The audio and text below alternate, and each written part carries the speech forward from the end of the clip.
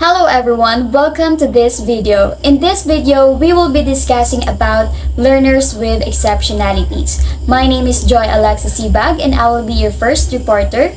The second reporter is Ara Amordinaga, to be followed by Kyla Barrera and lastly, Rica May Muniz.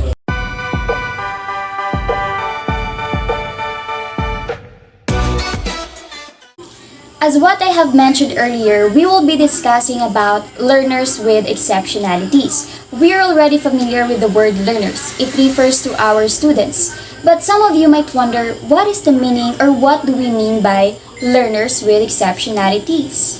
Let me read to you the meaning of the term learners with exceptionalities. The term learners with exceptionalities refers to individuals whose physical, behavioral, or cognitive performance is so different from the norm that additional services are required to meet the individual's needs. Meaning to say, this type of learner is very different from the normal learner like us. It is because we can go to school every day, we can acquire knowledge, enhance our skills and abilities without needing a lot of attention in special education.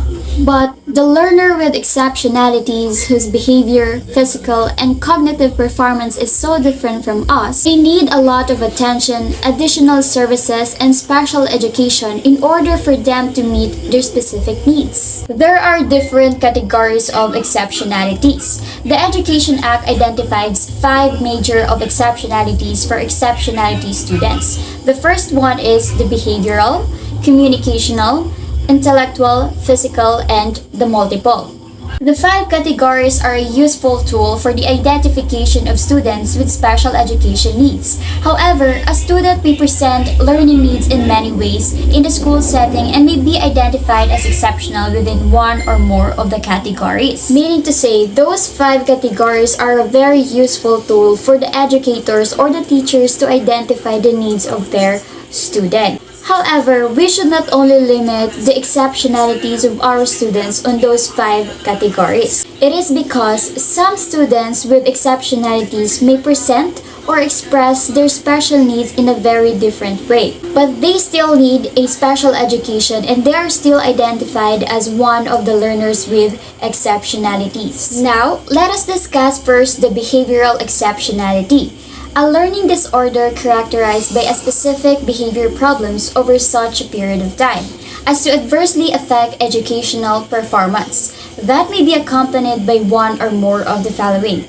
First, an inability to build or to maintain interpersonal relationships. Second, excessive fears or anxieties. And last, a lack of ability to learn. Behavioral exceptionality. This is a learning disorder. From the word itself, behavior, meaning to say the problem here is all about the behavior of the learner. This type of exceptionality could adversely affect the educational performance of the learner.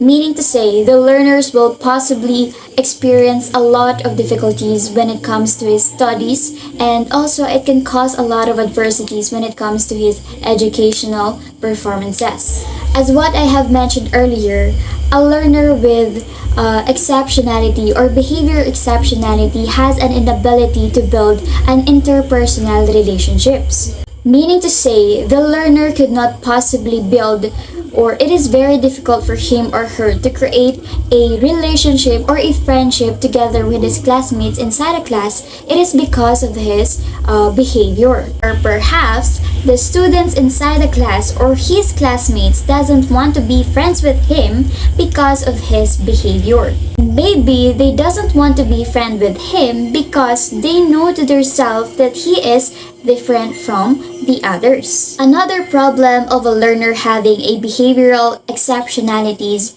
is to have an excessive fears and anxieties. Meaning to say, they tend to be scared in everything and be feared about everything.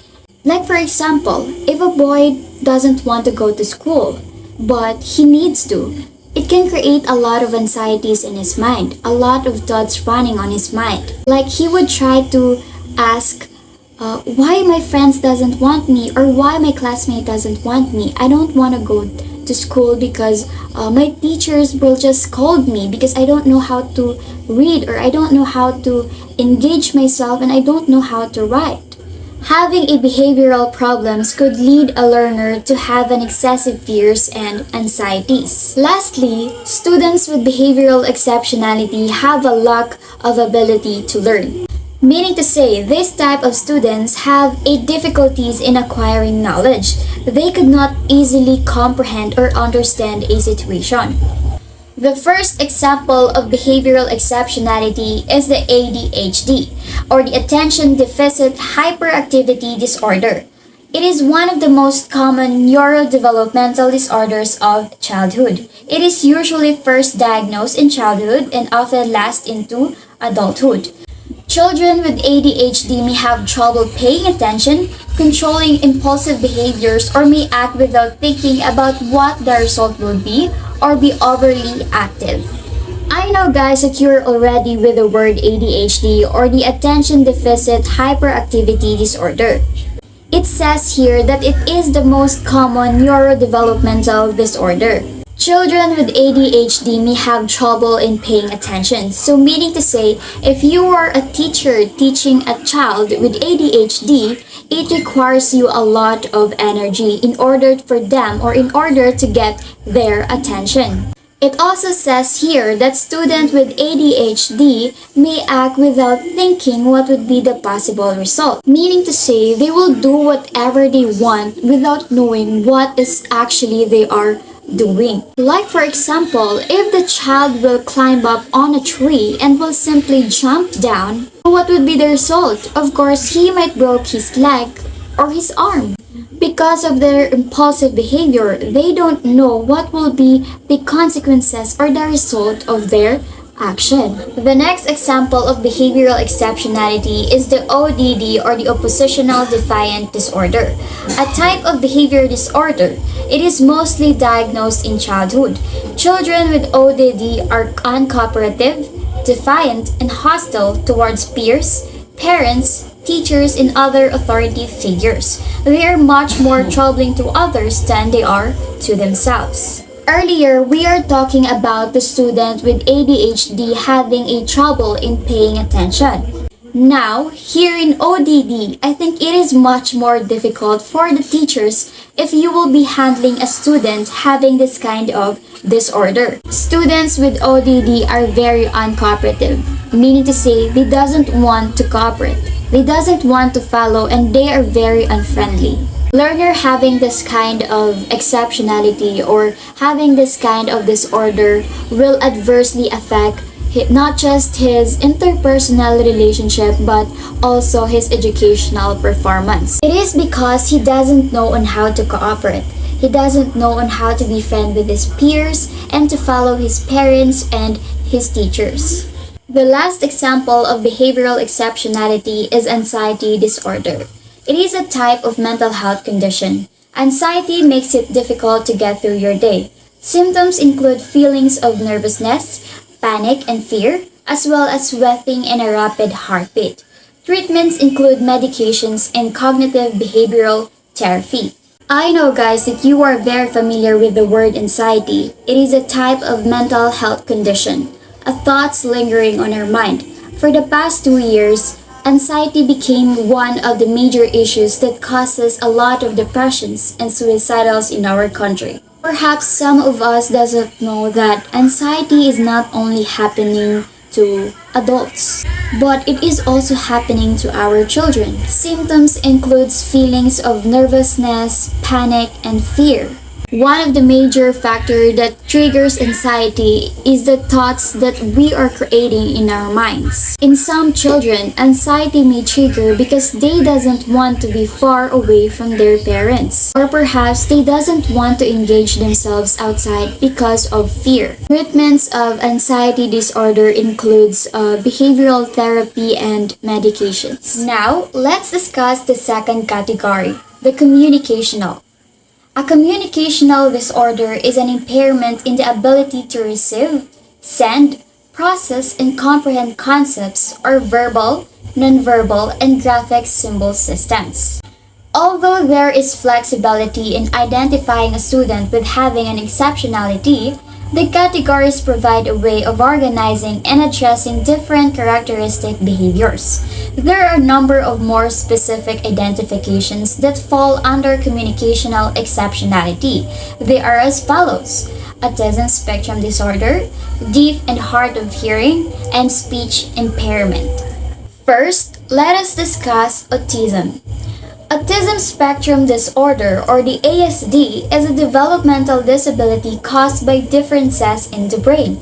People with ASD often have problems with social communication and interaction, and restricted or repetitive behaviors or interest. People with ASD may also have different ways of learning, moving, or paying attention. If you guys are familiar with Candy Pangalinan's son Quentin, he is diagnosed with autism spectrum disorder. From the way he move, communicate, and interact, we can say that Quentin is very different from the normal children or the normal person. People with ASD have a repetitive behavior. They have different ways on how to learn, to move, and to pay attention. So meaning to say, even they are very different from the normal ones, they still manage on how to learn with their own ways. The next example of communicational exceptionality is deaf and hard of hearing. Deaf and hard of hearing, or deaf, usually refers to a hearing loss to severe that there is very little or no functional hearing. Hard of hearing refers to a hearing loss where may be enough residual hearing that an auditory device such as hearing aid or FM system provides adequate assistance to process speech. As we all know, it is very difficult for us to have a communicational skills. So what more if we are deaf or we lost our hearing? Students with this kind of exceptionality requires a lot of assistance. That is the reason why people created an auditory devices in order for them to hear. In some cases, there are a special education in which they are trained on how to use sign language in order for them to communicate. The last one is the speech impairment. The speech impairment or speech or language impairment means a communication disorder such as stuttering, impaired articulation, a language impairment, or a voice impairment that adversely affects a child's educational performance. Earlier, we were talking about deaf and hearing impairment. Now, it's time for us to talk about the speech impairment. As what I have mentioned earlier, speech impairment is a communication disorder. Meaning to say, a child with this kind of exceptionality could not express or tell his or her own words because he might stutter or there may be a problem within his own voice. Having this kind of exceptionality is very difficult for a child. It could adversely affect his educational performance. You wanted to explain or you wanted to express your thoughts and feelings to other people, but you don't know how because you might stutter and people might laugh at you. That is why students with this kind of exceptionality need a special education. In conclusion, the things that I have discussed is all about the behavioral and communicational exceptionality. As a normal individual, we can easily identify those people with exceptionality because they are very different from us. If we will be encountering a person with those kind of exceptionalities, it is not the time for us to discriminate. Instead, we must appreciate them because despite of their exceptionalities or differences, they still wanted to learn. They just need attention and special education. Intellectual exceptionalities are abnormal intellectual activities which prevent the students from learning like the average student and require differentiated experiences or instruction. They include learning disabilities and giftedness. So when we say intellectual, it is used to describe people with these abilities than the general population.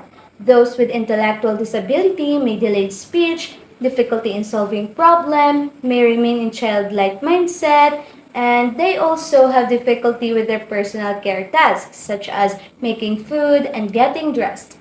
Next, we have the giftedness. So, giftedness, it is an unusually advanced degree of general intellectual ability that requires differentiated learning experiences of a depth and breadth beyond those normally provided in the regular school program to satisfy the level of education potential indicated. So it talks about the people who learn very quickly, imaginative and creative, extremely good memory, and able to concentrate and focus well on task. Next, we have the physical. It includes children with a wide range of conditions which affects nervous and or muscular system such as cerebral palsy, multiple sclerosis, spina bifida, and spinal cord injury, traumatic brain injury, and Tourette's. So we have the physical disability. It is a condition of such severe physical limitation or deficiency as to require special assistance in learning situation to provide the opportunity for educational achievement equivalent to that of students without exceptionalities who are the same age or development level. And it is the impairment in a person's body structure or function, like, for example, memory loss, activity limitations such as difficulty in seeing, hearing, and walking. Next, we have the blind and low vision. It is a condition of partial or total impairment of sight or vision that, even with correction, affects educational performance adversely. So, meaning to say, it talks about the disability of a person referring to loss of their vision or sight. They cannot properly see what other normal people can see. Next is multiple. It is dual or multiple occurs when a child experiences high learning potential alongside a special educational need because of a learning difficulty or disability. Under that, we have multiple exceptionalities. So it is a combination of learning or other disorders, impairments, or physical disabilities that as of such a nature as to require for educational achievement. The service of one or more teachers holding qualifications in special education and the provision of support services appropriate for such disorders, impairments, or disabilities. When we say multiple, it refers to the person who has multiple exceptionalities, like, for example, a person who has difficulty to walk and see. In short, a person who has two or more exceptionalities. So now we will define and distinguish the terms disability and handicap. So a disability is any condition of the body or mind that makes it more difficult for the person with a condition to do certain activities and interact with the world around them. It is someone who has physical or mental impairment that substantially limits one or more major like activity. Many people simply envision a wheelchair when thinking about disability, but there are so many types of disabilities that affects a person. There are vision, movement, thinking, remembering, learning, communicating, hearing, mental health, and social relationship. So although people with disabilities sometimes refers to a single population, this is actually a diverse group of people with a wide range of needs. Two people with the same type of disability can affect in every different ways. Some disabilities may be hidden or not easy to see.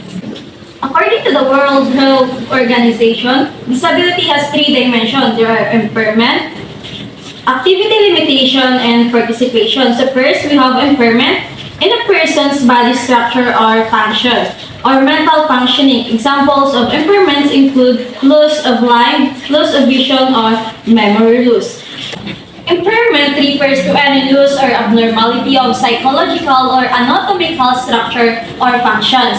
It can be visible or invisible, temporary or permanent, and can range from mild to severe. Examples of these are broken bones, loss of vision, and developmental disorders. Second, we have activity limitations such as difficult seeing, hearing, walking, or problem solving. Activity limitations are difficulties an individual may have with performing daily tasks or activity. So last, we have participation, restrictions in normal daily activities, such as working, engaging in social and recreational activities, and obtaining healthcare and preventive services. It refers to the limitation and restrictions that individuals with disabilities may experience in their ability to participate in various aspects of daily life, including social, educational, and occupational activities. Now we will proceed to handicap. Handicapped persons means any person who has a physical or mental impairment that substantially limits one or more major life activities, has a record of such an impairment, or is regarded as having such an impairment, or physical or mental defect, congenital or acquired, preventing or restricting a person from participating in normal life or limiting their capacity to work. It is a disadvantage or impairment that makes it difficult for a person to participate in certain activities or to live a normal life. A mental or physical disadvantages, such as blindness or missing leg, is a handicap, something that disables you in some way. Handicaps can also be imposed artificially to even out the odds in sporting events.